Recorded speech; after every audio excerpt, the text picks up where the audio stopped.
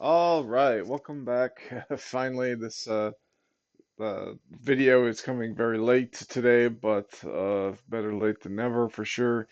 Just had trouble starting it. Sometimes it can be difficult to sit down and read every word in a textbook. It's not a small thing to do. So, last video, we read uh the book, so we can keep doing that. We're gonna do it on page 61. So it looks like I didn't move my bookmark forward. Um, yeah, I didn't move my bookmark forward, so I remember reading this. The next section discusses what we should consider before building an AI application.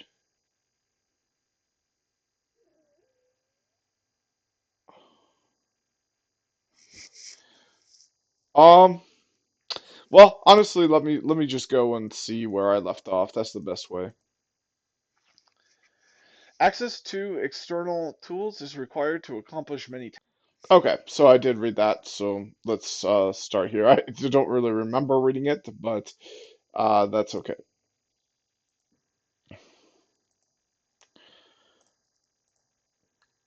All right, so moving on, planning AI applications. Given the seemingly limitless potential of AI, it's tempting to jump into building applications. If you just want to learn and have fun, jump right in. Building one is one of the best ways to learn. In the early days of foundation models, several heads of AI told me they encouraged their teams to experiment with AI applications to upskill themselves. However, if you are doing this for a living, it might be worthwhile to take a step back and consider why you're building this and how you should go about it. It's easy to build a cool demo with foundation models. It's hard to create a profitable product.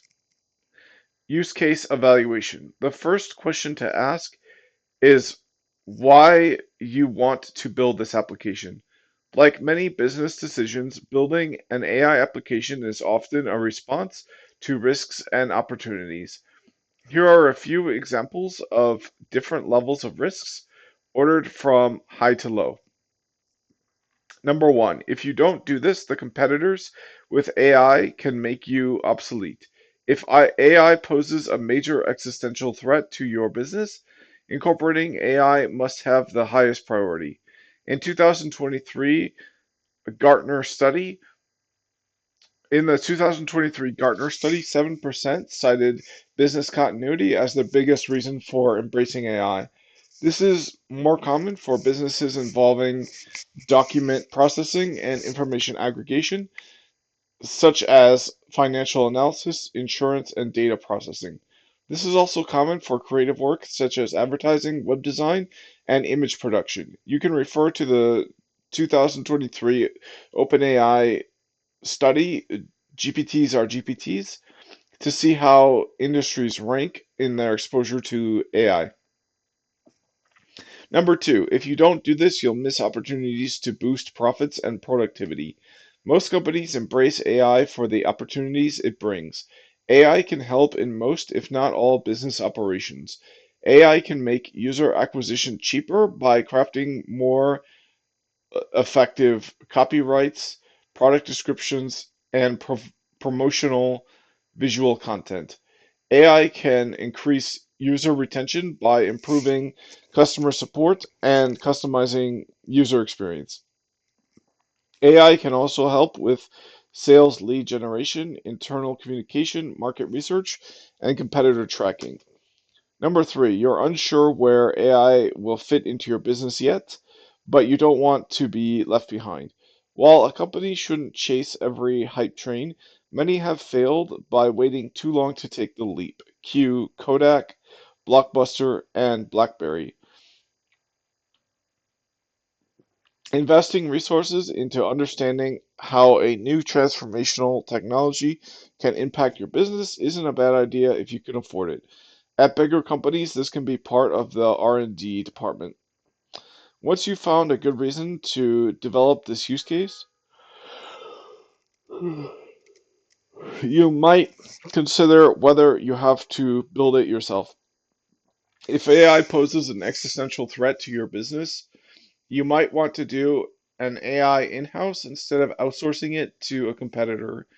However, if you're using AI to boost profits and productivity, you might have plenty of buy options that can save you time and money while giving you better performance.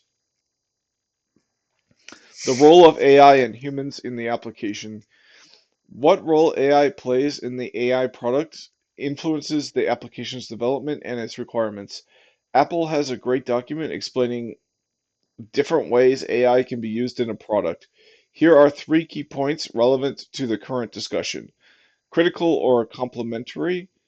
If an app can still work without AI, AI is complementary to the app. For example, Face ID wouldn't work without AI-powered facial recognition, whereas Gmail would still work without Smart Compose. If more critical AI, so the more critical AI is to the application, the more accurate and reliable the AI part has to be. People are more accepting of mistakes when AI isn't core to the application. Reactive or proactive. A reactive feature shows its responses in reaction to users' requests or specific actions, whereas a proactive feature shows its responses when there's an opportunity for it. For example, a chatbot is reactive, whereas traffic alerts on Google Maps are proactive. Because reactive features are generated in response to events, they usually, but not always, need to happen fast. On the other hand, proactive features can be pre-computed and shown opportunistically, so latency is less important. Because users don't ask for proactive features, they can view them as intrusive or annoying if the quality is low. Therefore, proactive predictions and generations typically have a higher quality bar. Dynamic or static. Dynamic features are updated continually with user feedback, whereas static features are updated periodically. For example, Face ID needs to be updated as people's faces change over time. However, object detection in Google Photos is likely updated only when Google Photos is upgraded. In the case of AI, dynamic features might mean that each user has their own model, continually fine-tuned on their data, or other mechanisms for personalization, such as ChatGPT's memory feature, which allows ChatGPT to remember each user's preferences. However, static features might have one model for a group of users. If that's the case, these features are updated only when the shared model is updated. It's also important to clarify the role of humans in the application. Will AI provide background support to humans, make decisions directly, or both? For example, for a customer support chatbot, AI responses can be used in different ways. AI shows several responses that human agents can reference to write faster responses. AI responds only to simple requests and routes more complex requests to humans. AI responds to all requests directly without human involvement. Involving humans in AI's decision-making process is called human in the loop. Microsoft 2023 proposed a framework for gradually increasing AI automation in products they call crawl, rock, walk, run. Number one, crawl means human involvement is mandatory. Number two, walk means AI can directly interact with internal employees. Run means increased automation, potentially including direct AI transactions with external users. The role of humans can change over time as the quality of the AI system improves. For example, in the beginning, when you're still evaluating AI capabilities, you might use it to generate suggestions for human agents. If the acceptance rate by human agents is high, for example, 95% of AI suggested responses to simple requests are used by agents verbatim, human agents verbatim. You can let customers interact with AI directly for those simple requests.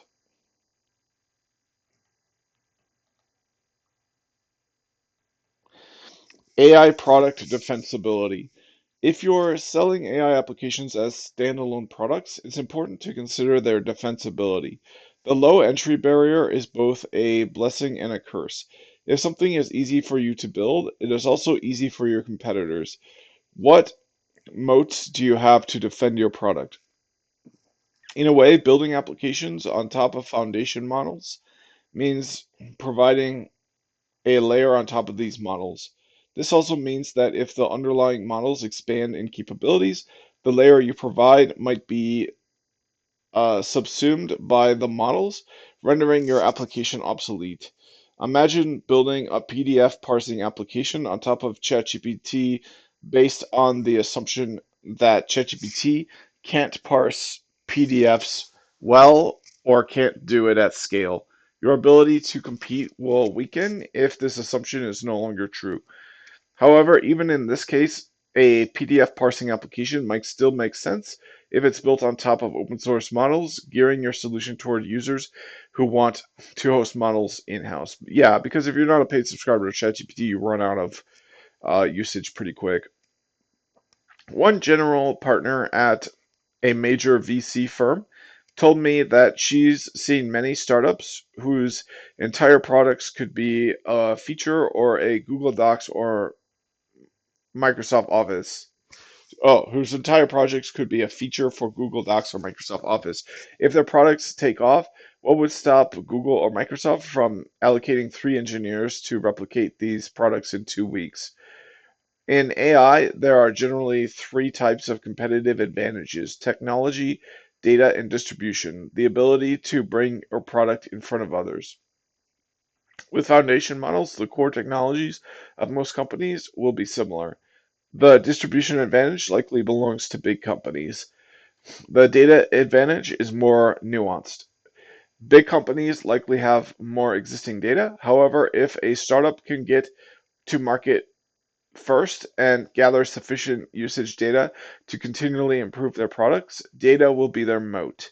Even for scenarios where user data can't be used to train models directly, usage information can give invaluable insights into user behaviors and product shortcomings, which can be used to guide the data collection and training process. There have been many successful companies whose original products could have been features of larger products. Calendly could have been a feature of Google Calendar. MailChimp could have been a feature of Gmail. Photo Room could have been a feature of Google Photos. Many startups eventually overtake bigger competitors, starting by building a feature that those bigger competitors overlooked. Perhaps yours could be the next one. All right, and with that, I'll take a break. I'll be right back. All right, I'm back, so I'm going to keep making some progress here.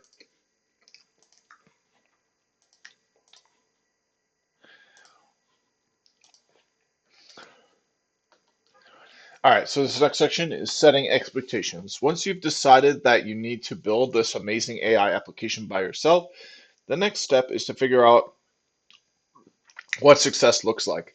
How will you measure success? The most important metric is how this will impact your business.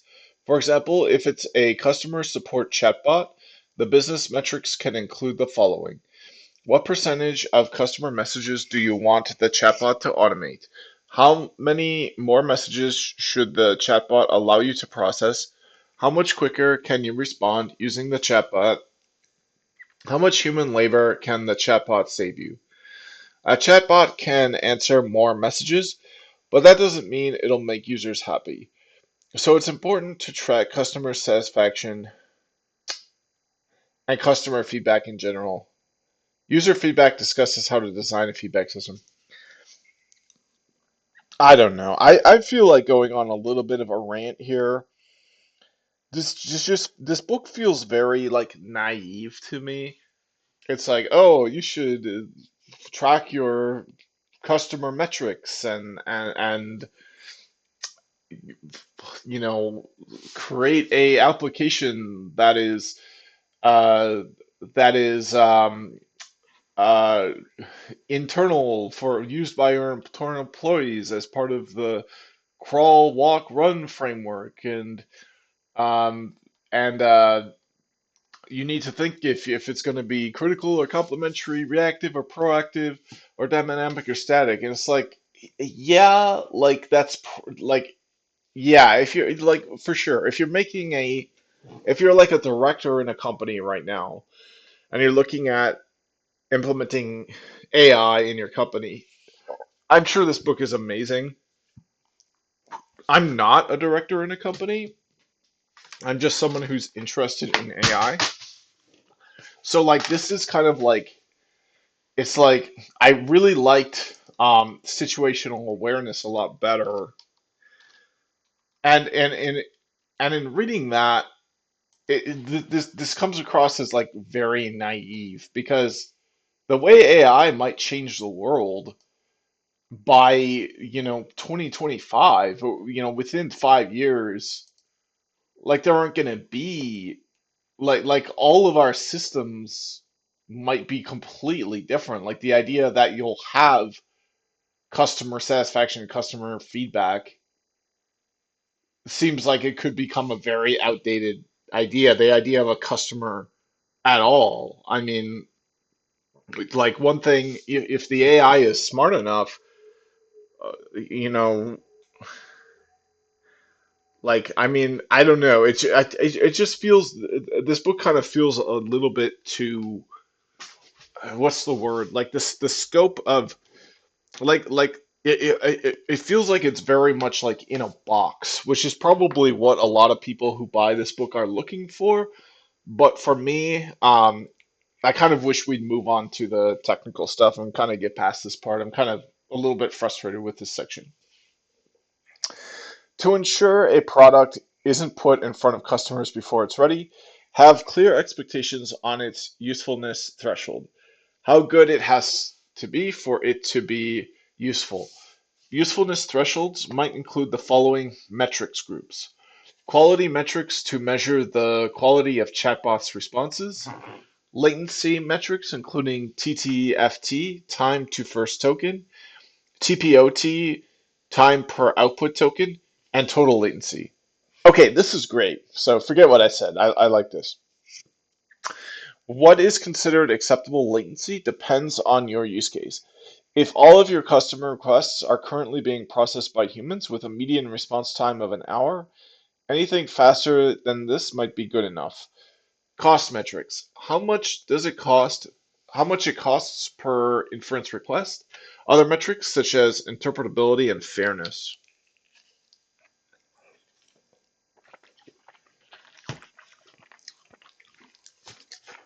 If you're not yet sure what metrics you want to use, don't worry. The rest of the book will cover many of these metrics, and that's great. Okay, so never mind. I'm not sure how valid my criticism was there, and it sounds like even if it was valid,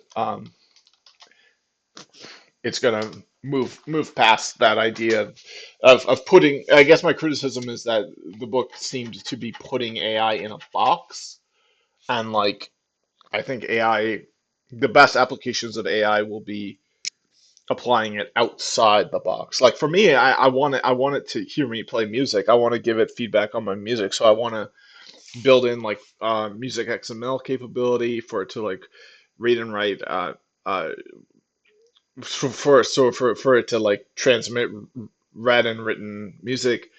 And then I want it to be able to use the Music 21 library out of MIT. Um, yeah, so all right, but anyways, moving on. Milestone planning. Once you've set measurable goals, you need to plan to achieve these goals. How to get the goals depends on where you start. Evaluate existing models to understand their capabilities. The stronger the off-the-shelf models, the less work you'll have to do. For example, if your goal is to automate 60% of customer support tickets, and the off-the-shelf model you want to use can already automate 30% of the tickets, the effort you need to put in might be less than if it can automate no tickets at all. Yeah, so the bus doesn't take you all the way there, but it makes it your walking time a lot shorter. It's likely that your goals will change after evaluation. For example, after evaluation, you may realize that the resources needed to get the app to the usefulness threshold will be more than its potential return, and therefore you no longer want to pursue it. Planning an AI product needs to account for its last mile challenge. Initial success with foundation models can be misleading, as the base capabilities of foundation models are already quite impressive. It might not take much time to build a fun demo. However, a good initial demo doesn't promise a good end product. It might take a weekend to build a demo, but months or even years to build a product. In the paper Ultra Chat, uh, Ding et al. In 2023 shared that the journey from 0 to 60 is easy, whereas progressing from 60 to 100 becomes exceedingly challenging. LinkedIn in 2024 shared the same sentiment. It took them 1 month to achieve 80% of the experience they wanted. This initial success made them grossly underestimate how much time it take them to improve the product. They found it took them 4 more months to finally surpass 95%.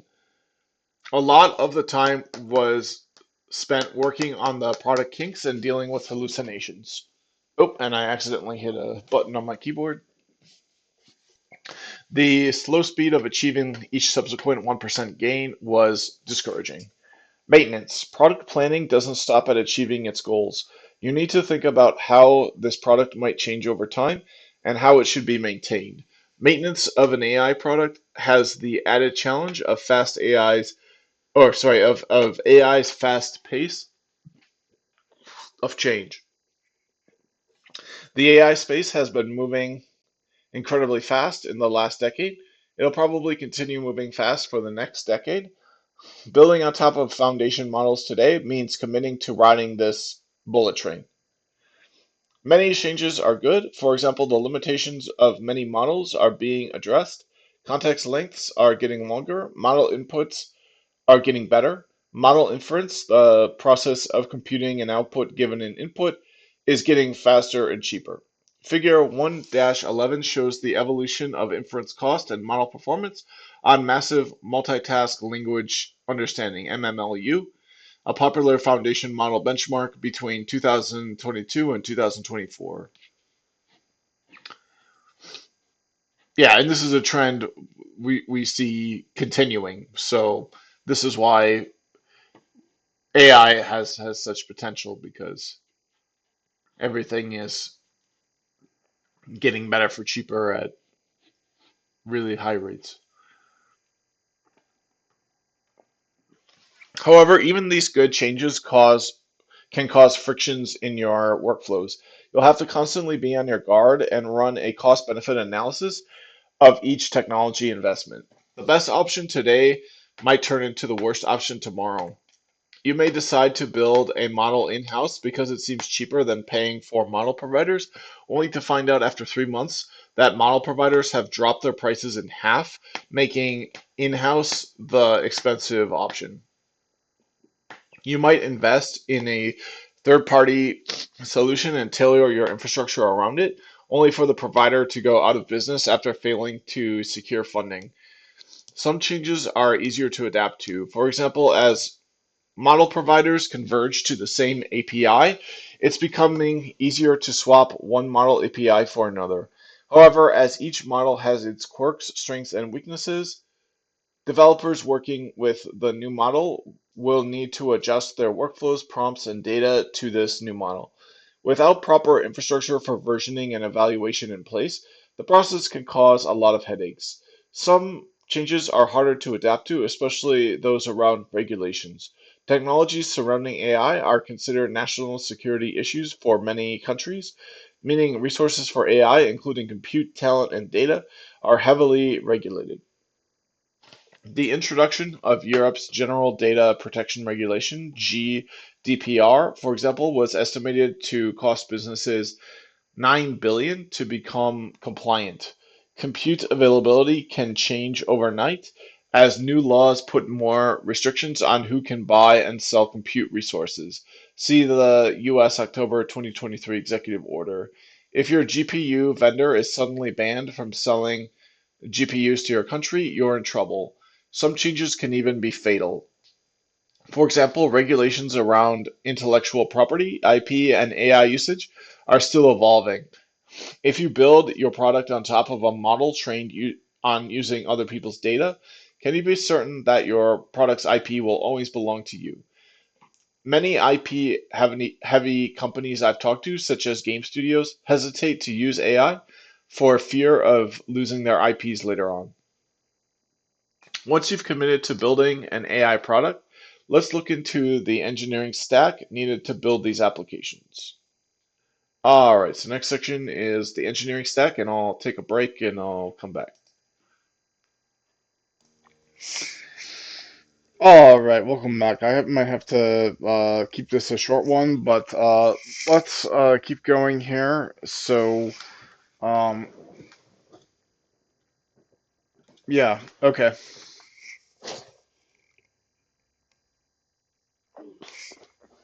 So next part is the AI engineering stack.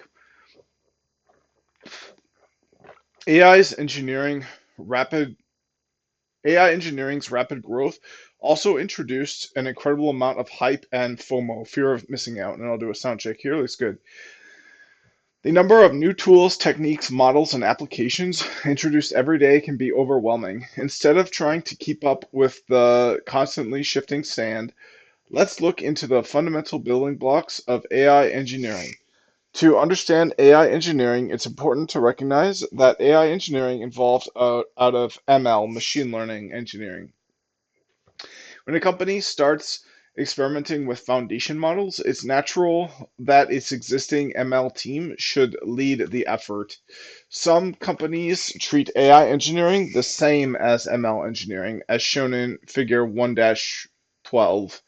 So we can see they want a senior, so these are all job postings. So the first one is for New York to work at Robinhood, which is a well-known company. It's an app that does stock trading, and they're looking for a senior machine learning engineer um, to do generative AI. So that's a little bit. Um, I guess what this book is saying is that there's a little bit of a difference there. They're looking for more of a like machine learning is. And that makes a lot of sense when you think about it, because what does machine learning do? Machine learning it makes the models, right?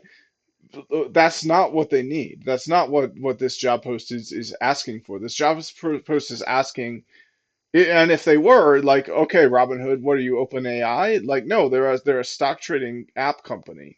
They don't in fact need a machine learning engineer. They don't need the machine to learn. They need to use what the machine produced after it learned, which is the model.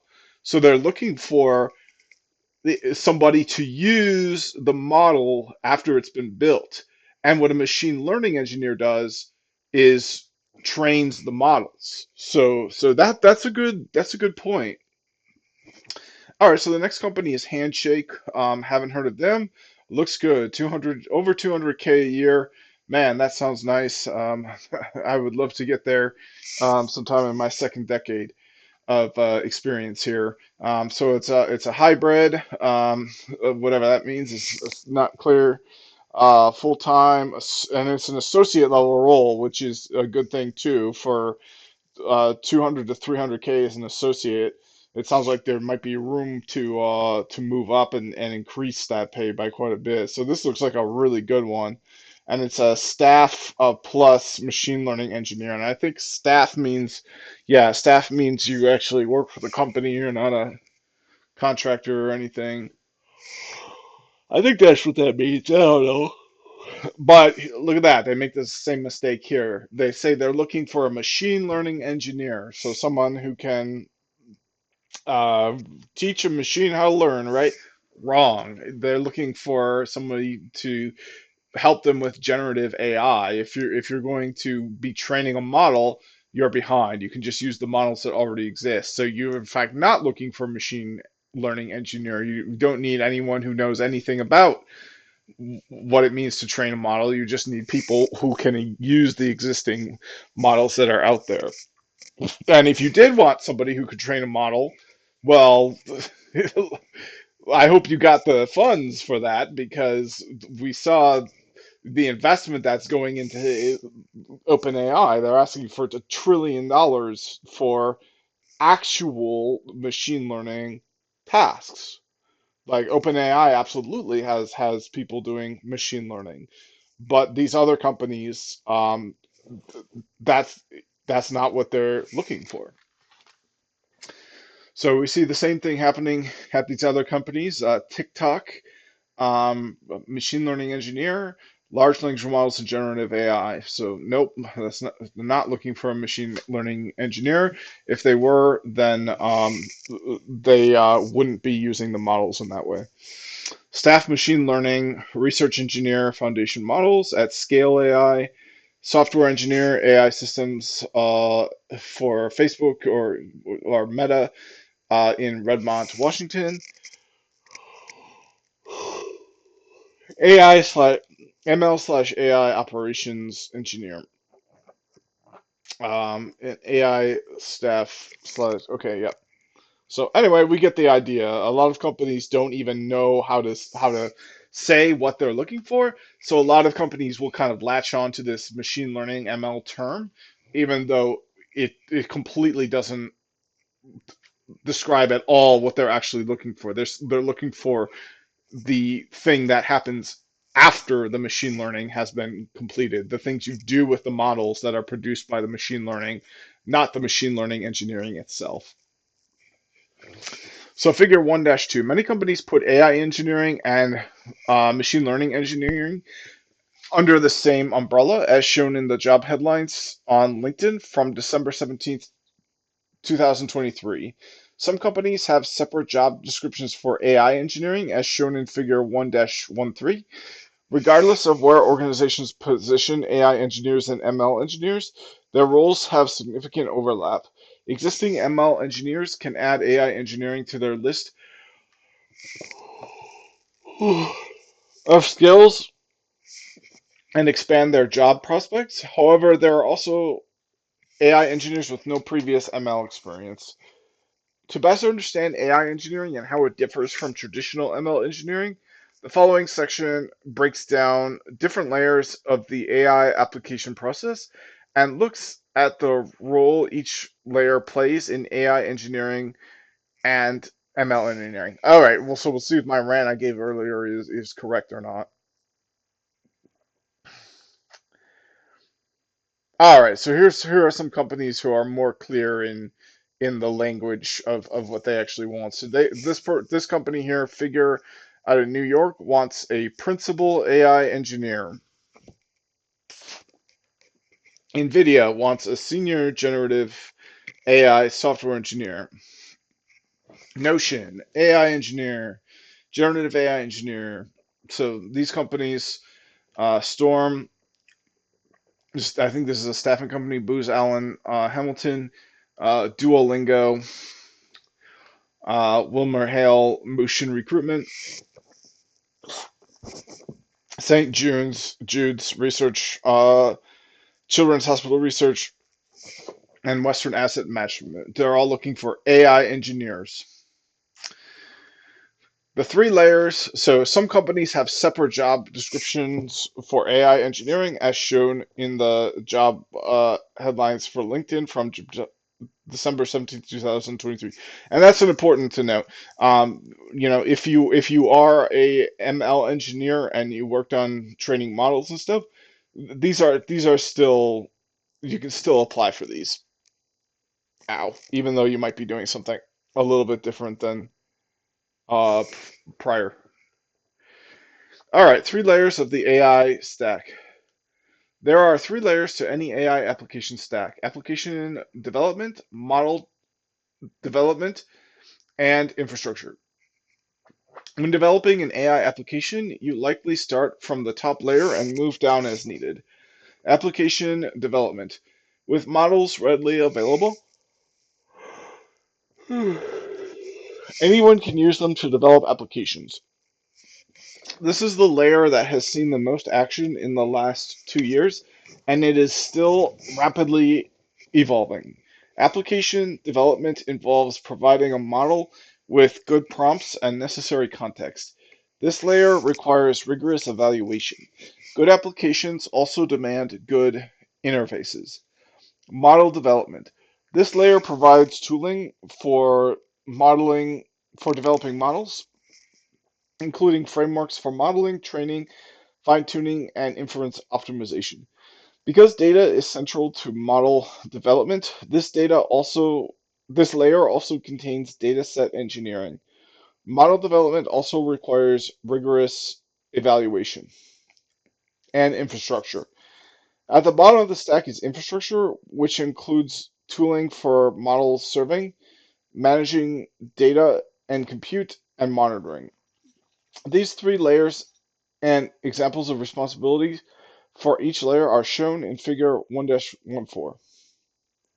All right, application development, that's the AI interface, prompt engineering, context construction and evaluation, model development, inference optimization, dataset engineering, modeling and training, evaluation, and infrastructure, which is compute management, data management, serving, and monitoring. So those were the three layers of the AI engineering stack. To get a sense of how the landscape has evolved with foundation models, in March 2024, I searched GitHub for all AI related repositories with at least 500 stars. Given the prevalence of GitHub, I believe this data is a good proxy for understanding the ecosystem. In my analysis, I also included repositories for applications and models, which are the products of the application development and model development layers, respectively. I found a total of 920 repositories. Figure 1-15 shows the cumulative number of repositories in each category month over month.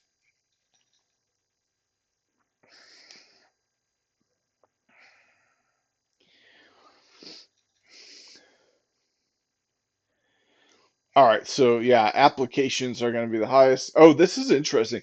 So this is a probably a big source of I feel like this is a big source of opportunity. So things to do with the infrastructure, like compute management, data management, serving, monitoring. There's really not much of that going on in GitHub. So that might be a good. You're like, imagine you're the guy who makes compute management, 14.3% more efficient. That like that's going to be important.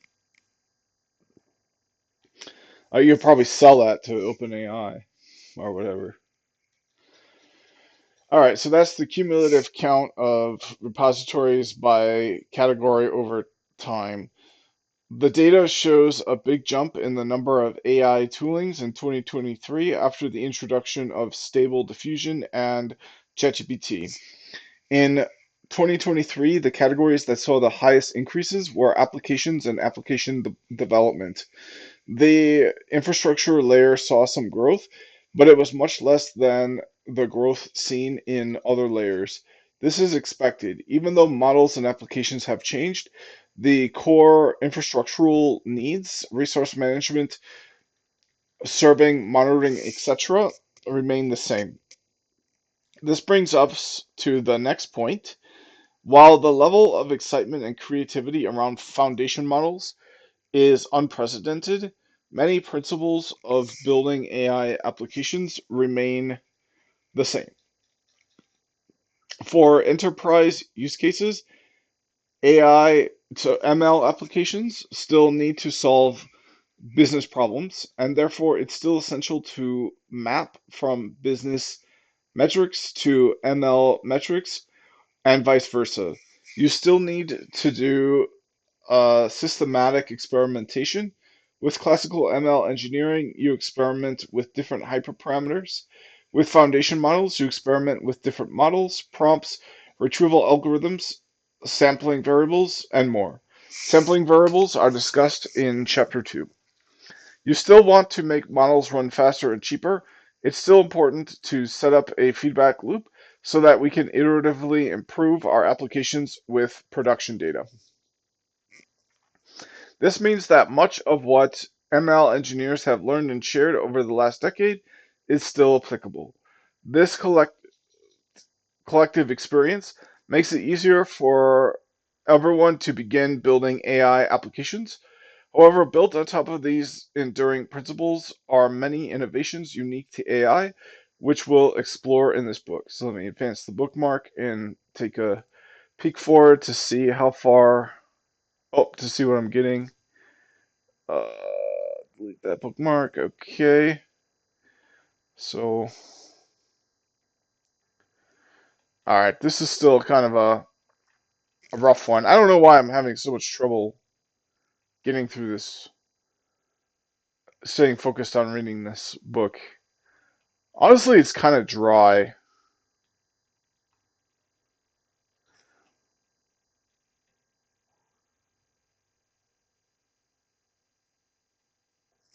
And then the other thing is like I think this criticism of it kind of holds true. It feels like it's in a box.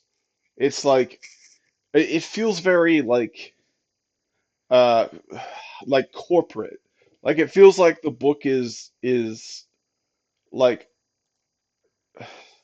like it feels like all the applications that are going like I don't know. It feels very much in a box. Like it feels like what this author would suggest you do in the projects is design some sort of like product, some sort of like agile add-on for like companies or something.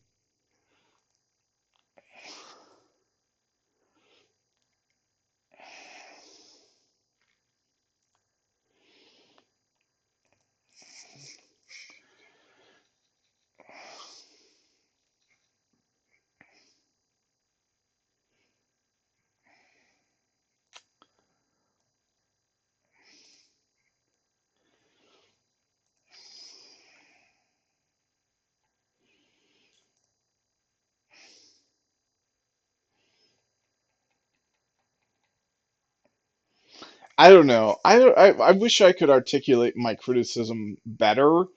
Like it's probably more a criticism of myself because we can see the author um, has quite the credentials, a graduate of Stanford University, and a teacher there, um, an employee at NVIDIA and Netflix, and Snorkel AI, so an AI company, and a founder of a company that was acquired. So maybe it's me, but I feel like maybe this is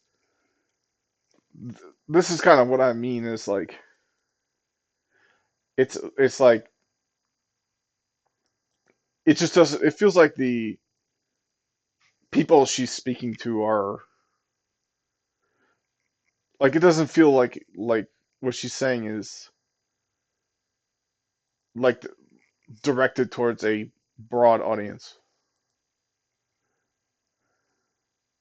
Like it doesn't feel like I'm in the audience of this book.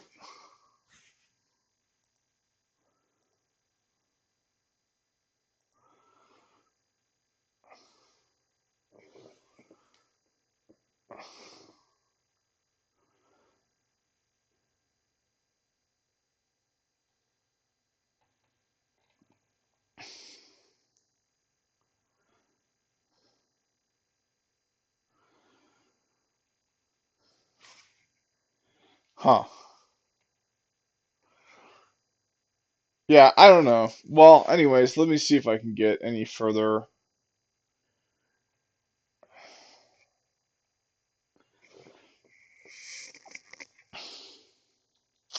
Anyway, let's move on. So AI engineering versus ML engineering. While the unchanging principles of deploying AI applications are reassuring, it's also important to understand how things have changed. This is helpful for teams that want to adapt their existing platforms for new AI use cases and developers who are interested in which skills to learn to stay competitive in the market. At a high level, building applications using foundation models today differs from traditional ML engineering in three major ways. Number one, without foundation models, you have to train your own models for their application. Yeah, see, this is what I said. With AI engineering, you use a model someone else trained for you. This means that AI engineering focuses less on modeling and training and more on model adaptation. Exactly what I said earlier. Number two, AI engineering works with models that are bigger, consume more compute resources, and occur higher latency than traditional ML engineering. This means that there's more pressure for efficient training and inference optimization. A corollary of compute-intensive models is that many companies now need more GPUs and work with bigger compute clusters than they previously did. This means there's more need for engineers who know how to work with GPUs and big clusters.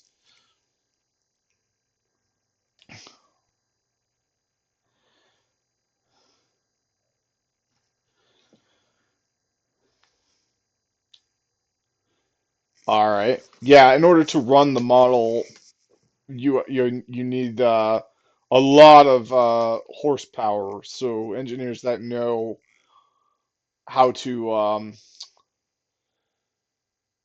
use that horsepower and to ensure that the company has it are in high demand right now. AI engineering works with models that can produce open-ended outputs. Open-ended outputs give models the flexibility to be used for more tasks, but they are also harder to evaluate. This makes evaluation a much bigger problem in AI engineering. In short, AI engineering differs from ML engineering in that it's less about model development and more about adapting and evaluating models. I've mentioned model adaptation several times in this chapter, so before we move on, I want to make sure we're on the same page about what model adaptation means. In general, model adaptation techniques can be divided into two categories depending on whether they require updating model weights. Prompt-based techniques, which include prompt engineering, adapt a model without updating the model weights. You adapt the model by giving it instructions and context, instead of changing the model itself. Prompt engineering is easier to get started and requires less data. Many successful applications have been built with just prompt engineering. Its ease of use allows you to experiment with more models, which increases your chance of finding a model that is unexpectedly good for your applications. However, prompt engineering might not be enough for complex tasks or applications with strict performance requirements. Fine-tuning, on the other hand, requires updating model weights. You adapt a model by making changes to the model itself. In general, fine-tuning techniques are more complicated and require more data. They can improve your model's quality, latency, and cost significantly. Many things aren't possible without changing model weights, such as adapting the model to a new task it wasn't exposed to during training. Now let's zoom into the application development and model development layers to see how each has changed with AI engineering, starting with what existing ML engineers are more familiar with. This section gives an overview of different processes involved in developing an AI application. How these processes work will be discussed throughout this book. Model development. Model development is the layer most commonly associated with traditional ML engineering. It has three main responsibilities: modeling and training, dataset engineering, and inference optimization. Evaluation is also required, but because most people will come across it first in the application development layer, I'll discuss evaluation in the next section. Modeling and training. Modeling and training refers to the process of coming up with a model architecture, training it, and fine-tuning it. Examples of tools in this category are Google's TensorFlow, Hugging Face's Transformers, and Meta's PyTorch. Developing ML models requires specialized ML knowledge. It requires knowing different types of ML algorithms such as clustering, logic regression, decision trees, and collaborative filtering, and neural network architectures such as feed-forward, recurrent, convolutional, and transformer. It also requires understanding how a model learns, including concepts such as gradient descent, loss function regularization, etc. With the availability of foundation models, ML knowledge is no longer a must-have for building AI applications. I've met many wonderful and successful AI application builders who aren't at all interested in learning about gradient descent. However, ML knowledge is still extremely valuable as it expands the set of tools that you can use and helps troubleshooting when a model doesn't work as expected. On the differences among training, pre-training, fine-tuning, and post-training. Training always involves changing model weights, but not all changes to model weights constitute training. For example, quantization, the process of reducing a precision of model weights, technically changes the model's weight values, but isn't considered training. The term training can often be used in place of pre-training, fine-tuning, and post-training, which refer to different training phases. Pre-training. Pre-training refers to training a model from scratch. The model weights are randomly initialized. For LLMs, pre-training often involves training a model for text completion. Out of all training steps, pre-training is often the most resource intensive by a long shot. For the instruct GPT model, and I'll do a sound check here, the pre-training takes up to 98% of the overall compute and data resources. Pre-training also takes a long time to do. A small mistake during pre-training can incur a significant financial loss and set back the project significantly. Due to the resource intensive nature of pre-training, this has become an art that only a few practice.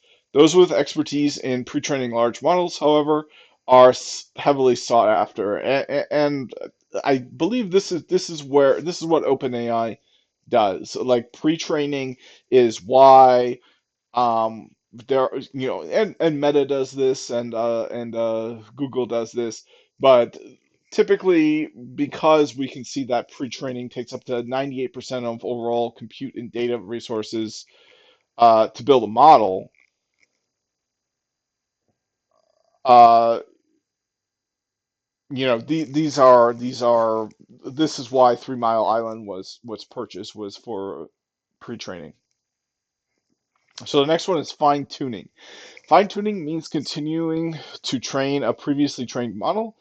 The model weights are obtained from the previous training process. Because the model already has certain knowledge from pre-training, fine-tuning typically requires fewer resources, for example, data and compute, than pre-training. Post-training. Many people use post-training to refer to the process of training a model after the pre-training phase. Conceptually, post-training and fine-tuning are the same and can be used interchangeably. However, sometimes people might use them differently to signify the different goals. It's usually post-training when it's done by model developers. For example, OpenAI might post-train a model to make it better at following instructions before releasing it. It's fine-tuning when it's done by application developers. For example, you might fine-tune an OpenAI model, which might have been post-trained itself to adapt it to your needs. Pre-training and post-training make up a spectrum. Their processes and toolings are very similar. Their differences are explored further in chapters 2 and 7. Some people use the term training to refer to prompt engineering, which isn't correct. I read a bit, well, some people, meaning a reporter at business, so notorious for getting things like this wrong. I read a Business Insider article where the author said she trained ChatGPT to mimic her younger self. Well, yeah, a reporter for Business Insider doesn't know, couldn't report accurately how many fingers were on their left hand. She did so by feeding her childhood journal entries into ChatGPT. Colloquially, the author's usage of the word training is correct, as she's teaching the model to do something. But technically, if you teach a model to do via the context input, but technically, if you teach a model what to do via the context input into the model, you're doing prompt engineering. Similarly, I've seen people using the term fine tuning when what they do is prompt engineering. So that's actually kind of a good point because it's important that to know that those terms have specific jargon meanings in the context of the actual technology and the engineering. And people are going to use the language that they use, of course, but they'll use that language in ways contrary to the jargon. All right, so data set engineering. Data set engineering refers to curating, generating, and annotating the data needed for training and adapting AI models. So I'll highlight that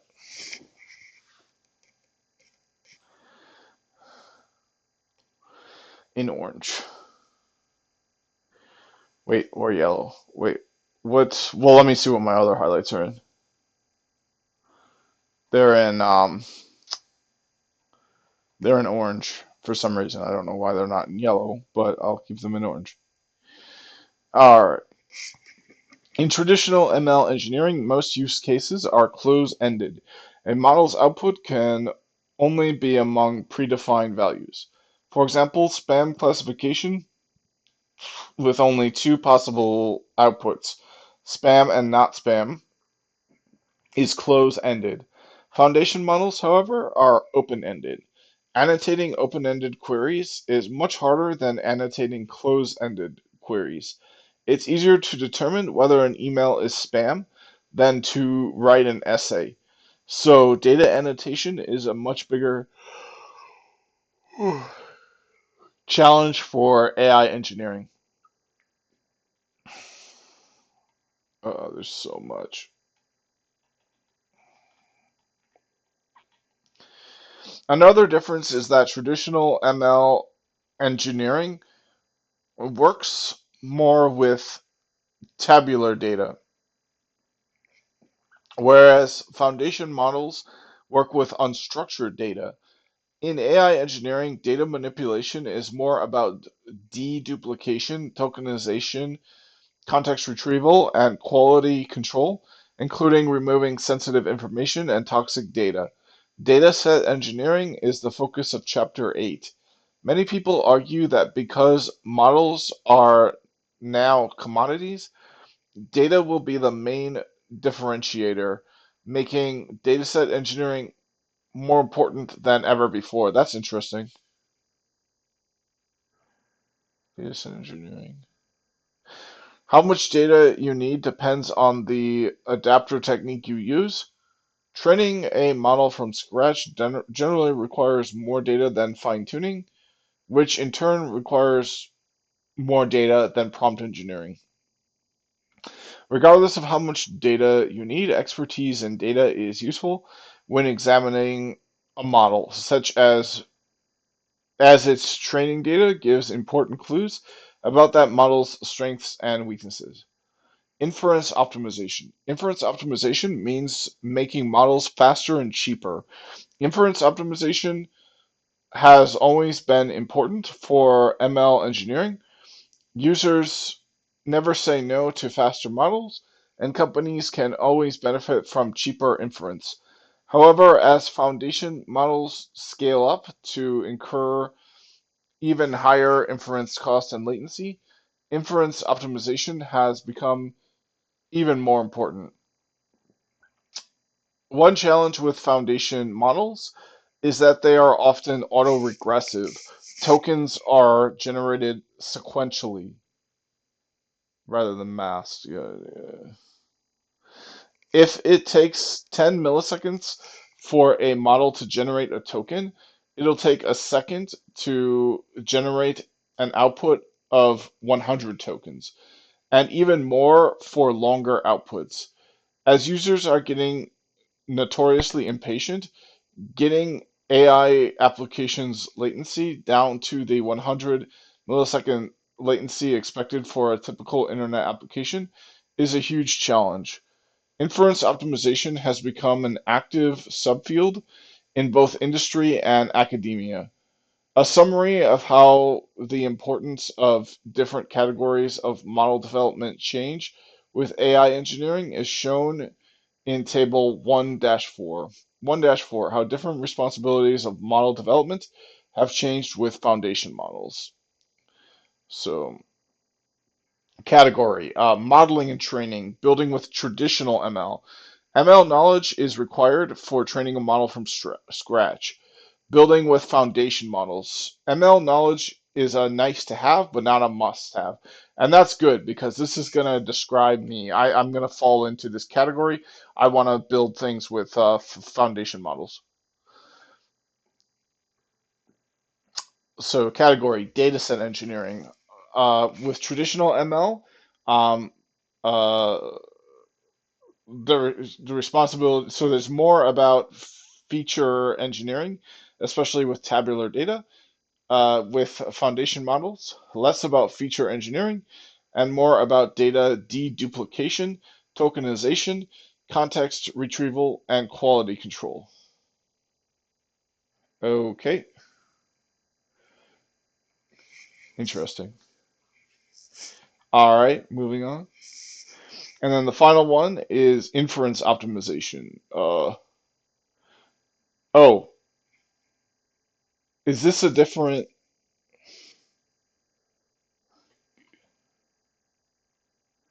Okay, yeah. So the last category is inference optimization. And for ML, it's important, but it's even more important for AI for building with foundation models. So many people would dispute this claim, saying that ML knowledge is a must-have. So that is a footnote there, labeled A. So many people would dispute a certain claim. I'm not sure which claim. Uh, yeah, I don't see the footnote A anywhere.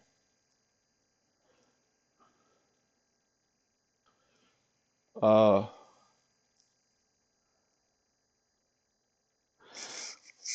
well, anyway, inference optimization techniques, including quantization, distillation, and parallelism, are discussed in chapters 7 through 9. Application development. With traditional ML engineering, where teams build applications using their proprietary models, the model quality is a differentiation. With foundation models, where many teams use the same model, differentiate. Ah, man, how do you even pronounce it? Uh, differentiation. Yeah, that's right. Differentiation must be gained through the application development process. The application development layer consists of these responsibilities: evaluation, prompt engineering, and AI interface. Evaluation. Evaluation is about mitigating risks and uncovering opportunities.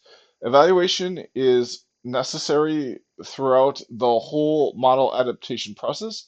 Evaluation is needed to select models, to benchmark progress, to determine whether an application is ready for deployment, and to detect issues and opportunities for improvement in production. While evaluation has always been important in ML engineering, it's even more important with foundation models for many reasons. The challenges of evaluating foundation models are discussed in Chapter 3. To summarize, these challenges chiefly arise from foundation models' open-ended nature and expanded capabilities. For example, in close-ended ML tasks like fraud detection, there are usually expected ground truths that you can compare in your model's output against. If a model's output differs from the expected output, you know the model is wrong. For a task like chatbots, however, there are so many possible responses to each prompt that it is impossible to curate an exhaustive list of ground truths to compare a model's response to. The existence of so many adaptation techniques also makes evaluation harder. A system that performs poorly with one technique might perform much better with another. When Google launched Gemini in December 2023, they claimed that Gemini is better than ChatGPT in the MMLU benchmark. Google had evaluated Gemini using a prompt engineering technique called COT at 32. This In this technique, Gemini was shown 32 examples, while GPT, ChatGPT was shown only 5 examples. When both were shown 5 examples, ChatGPT performed better, as shown in Table 1-5. Table 1-5, different prompts can cause models to perform very differently, as seen in Gemini's technical report, December 2023. All right, so this is MMLU, which is a benchmark. So different prompts can cause models to perform very differently. Interesting.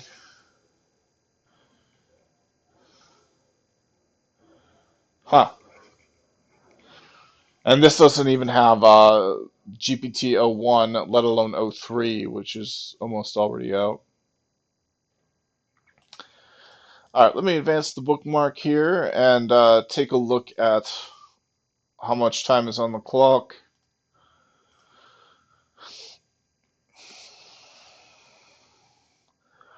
All right, I'm well over that hour mark that I'm typically only good for.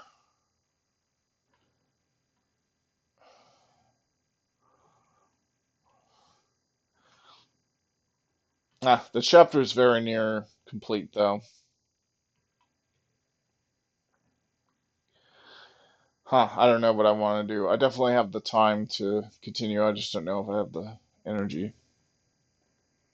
You know what? Let me finish it up because chapter 2 might be better, so I don't want to. If I can get all of chapter 1 done and move on to chapter 2, that'll be good. All right, so prompt engineering and context construction. Prompt engineering is about getting AI models to express the desirable behaviors from the input alone without changing the model weights. The Gemini evaluation story highlights the impact of prompt engineering on model performance. By using a different prompt engineering technique, Gemini Ultra's performance on MMLU went from 83.7 to 90.04%. It's possible to get a model to do amazing things with just prompts. The right instructions can get a model to perform the task you want in the format of your choice. Prompt engineering is not just about telling a model what to do, it's also about giving the model the necessary context and tools to do a given task. For complex tasks with long context, you might also need to provide the model with a memory management system so that the model can keep track of its history. Chapter 5 discusses prompt engineering, and Chapter 6 discusses context construction. AI interface. AI interface means creating an interface for end users to interact with your AI applications. Before foundation models, only organizations with sufficient resources to develop AI models could develop AI applications. These applications were often embedded into the organization's existing products. For example, fraud detection was embedded into Stripe, Venmo, and PayPal. Recommender systems were part of social networks and media apps like Netflix, TikTok, and Spotify. With foundation models, anyone can build AI applications. You can serve your AI applications as standalone products or embed them into other products, including products developed by other people. For example, ChatGPT and Perplexity are standalone products, whereas GitHub's Copilot is commonly used as a plugin in VS Code, and Grammarly is commonly used as a browser extension for Google Docs. Midjourney can either be used in its standalone web app or via its integration in Discord. There need to be tools to provide interfaces for standalone AI applications or make it easy to integrate AI into existing products. Here are just some of the interfaces that are gaining popularity for AI applications. Standalone web, desktop, and mobile apps, browser extensions that let users quickly query AI models while browsing, chatbots integrated into chat apps like Slack, Discord, WeChat, and WhatsApp. Many products, including VS Code, Shopify, and Microsoft 365, provide APIs that let developers integrate AI into their products as plugins and add-ons.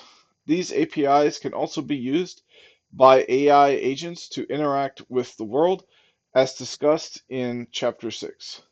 While the chat interface is the most commonly used, AI interfaces can also be voice-based, such as with voice assistants, or embodied, such as in augmented and virtual reality. These new AI interfaces also mean new ways to collect and extract user feedback. The conversation interface makes it much easier for users to give feedback in natural language, but this feedback is harder to extract. User feedback design is discussed in Chapter 10. A summary of how the importance of different categories of app development changes with AI engineering is shown in Table 1-6. Table 1-6, the importance of different categories in app development for AI engineering and ML engineering. All right, so the AI interface, not so important with the traditional model because yeah, but with foundation models, very important. Um, Evaluation, important. With the traditional, more even more important with with the foundation models, and then prompt engineering, not applicable and important with the other ones. So I don't know if this. Okay,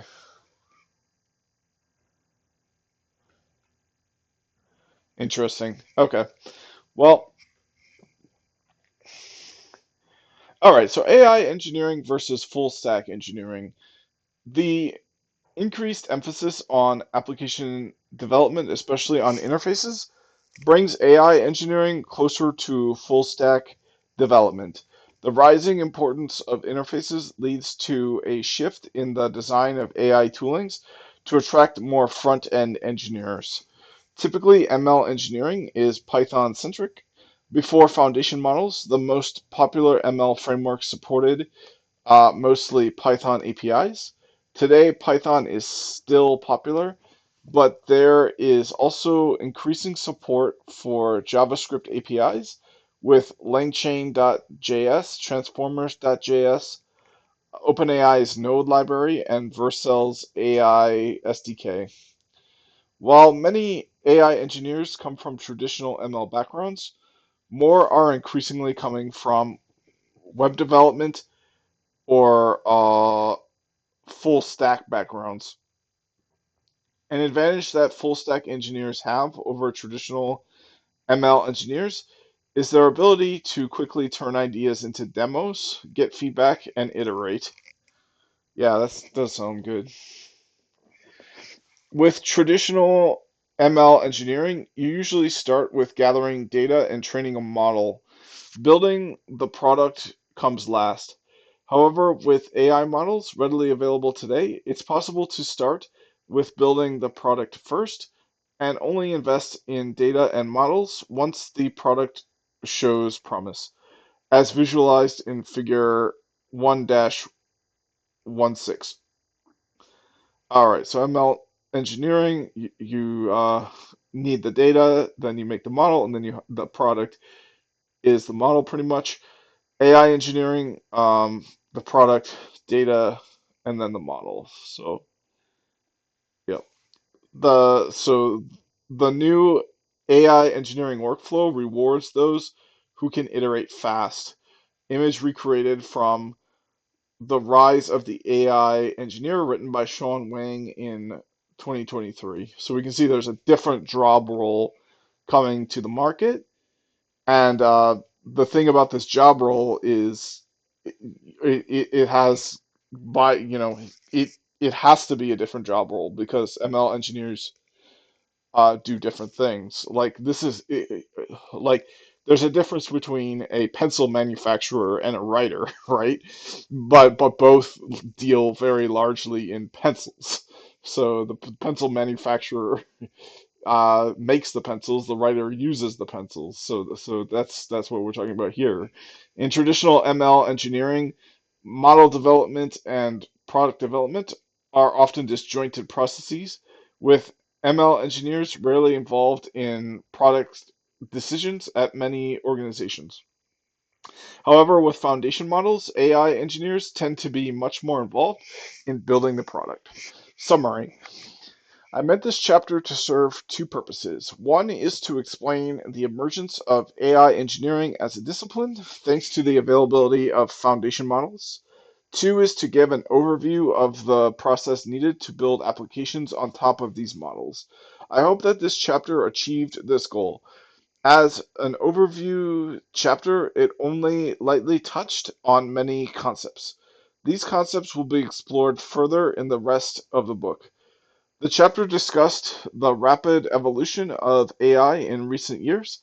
It walked through some of the most notable transformations, starting with the transition from language models to large language models, thanks to a training approach called self-supervision. It then traced how language models incorporated other data modalities to become foundation models and how foundation models gave rise to AI engineering. The rapid growth of AI engineering is motivated by many applications enabled by the emerging capabilities of foundation models. This chapter discussed some of the most successful application patterns, both for consumers and enterprises. Despite the incredible number of AI applications already in production, we're still in the early stages of AI engineering, with countless more innovations yet to be built. Before building an application, an important yet overlooked question is whether you should build it. This chapter discussed this question together with major considerations for building AI applications. While AI engineering is a new term, it evolved out of ML engineering, which is the overarching discipline involved with building applications with all ML models. Many principles from ML engineering are still applicable to AI engineering. However, AI engineering also brings with it new challenges and solutions. The last section of the chapter discusses the AI engineering stack, including how it has changed from ML engineering. One aspect of AI engineering that is especially challenging to capture in writing is the incredible amount of collective energy, creativity, and engineering talent that the community brings. This collective enthusiasm can often be overwhelming, and it's impossible to keep up to date with new techniques, discoveries, and engineering feats that seem to happen constantly. One consolidation is that since AI is great, at information aggregation. It can help us aggregate and summarize all these new updates, but tools can help only to a certain extent. The more overwhelming a space is, the more important it is to have a framework to help us navigate it. This book aims to provide such a framework.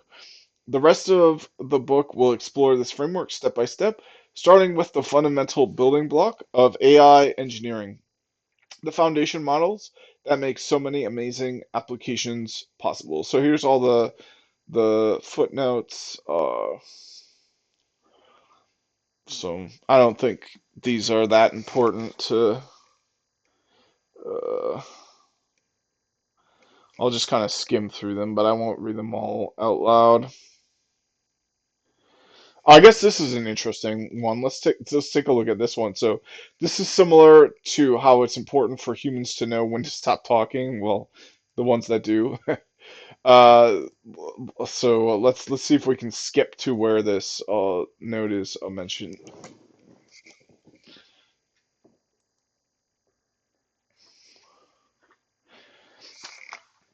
Okay, so each marker is typically treated as one special token by the model. The end of sequence marker is especially important as it helps language models know when to end their responses. Okay, so yeah, that is especially yeah, and we can see that the older versions of ChatGPT I think struggled with that a lot more than the newer ones. It kind of rants and goes on and on and on.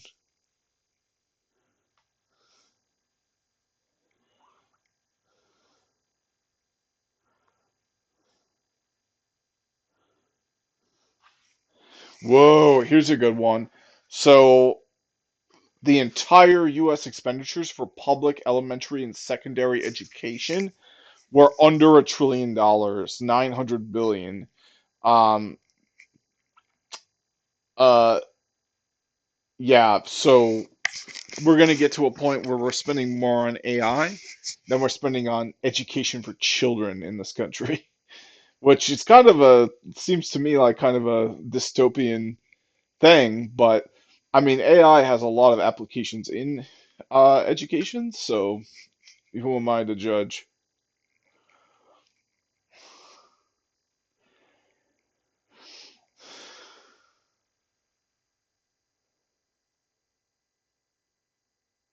Oh, this is a good one. So the author keeps a list of open source tools, and the list gets updated every 12 hours. So probably through some automated sort of means.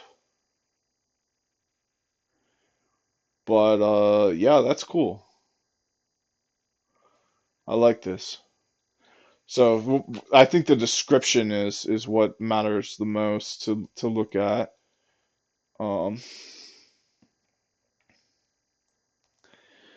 but it's hard to see it. So let's filter. I wish there was a way I could get rid of some of these. Oh yeah, yeah. Let's hide some fields. So we don't need to hide. Let's hide the stars. Don't really care that much about that. Anything to do with the stars we can hide.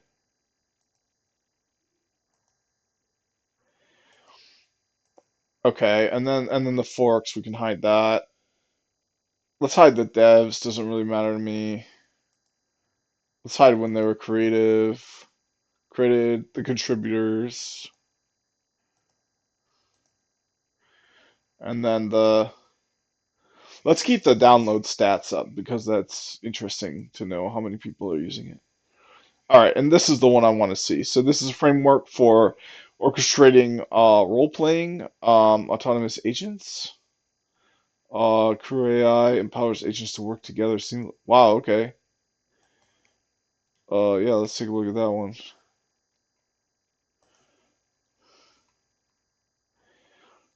Uh, oh, is there not a link?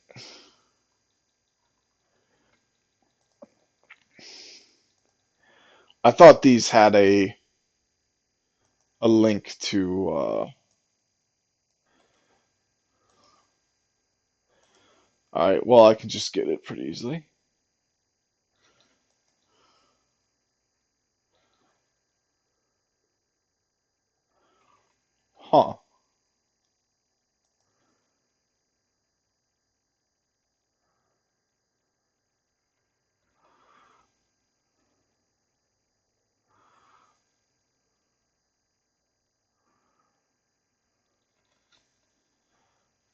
That's interesting.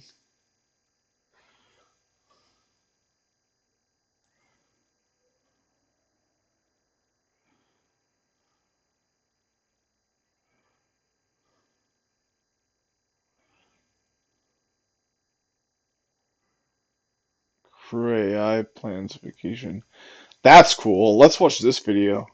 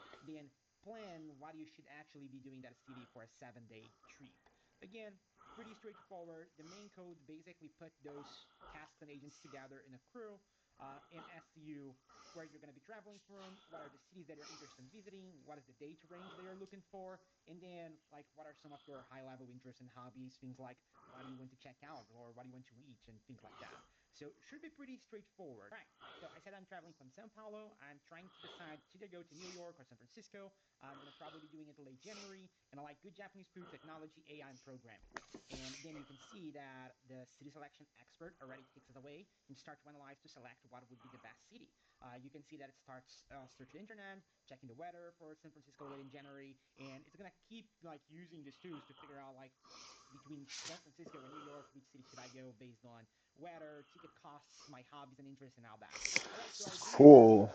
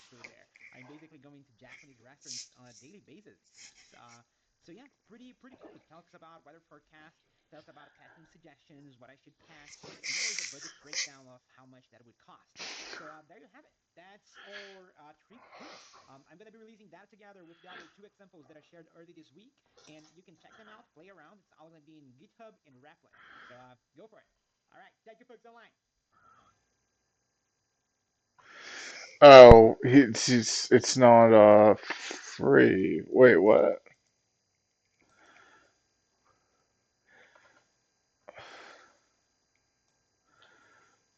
Oh, it is free, but but you have to have the hardware for it. You can download it and run it on your device, but you have to have the hardware. Well, cool. This is a very useful um this is very useful. I'm gonna post this page uh on my LinkedIn.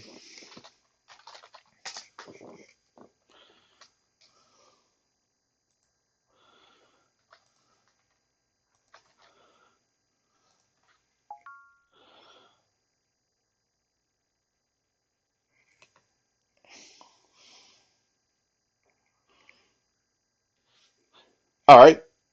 So let's keep cool. I'm glad I saw that.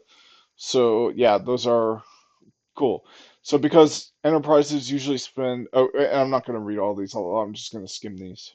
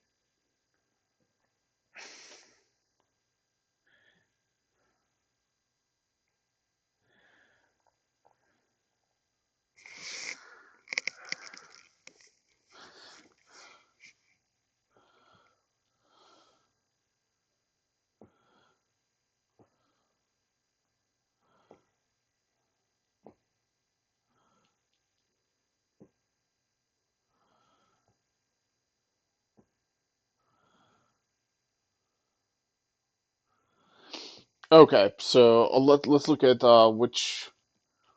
So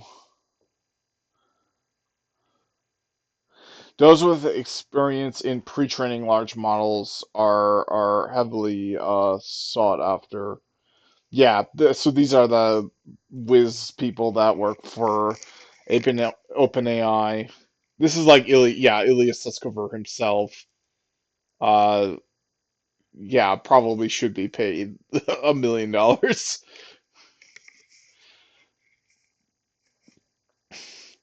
Yeah, they paid OpenAI paid Ilya Sutskever 1.9 million, and he was worth it.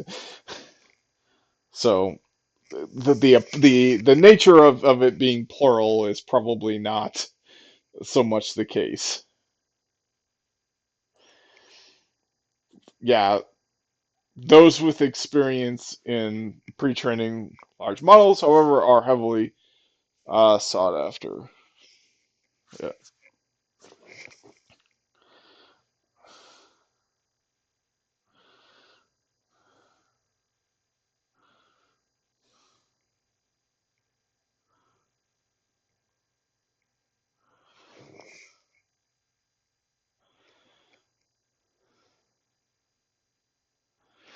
All right, so that's it for chapter one. Let me advance the bookmark here. And thanks for watching, and stay tuned for chapter two.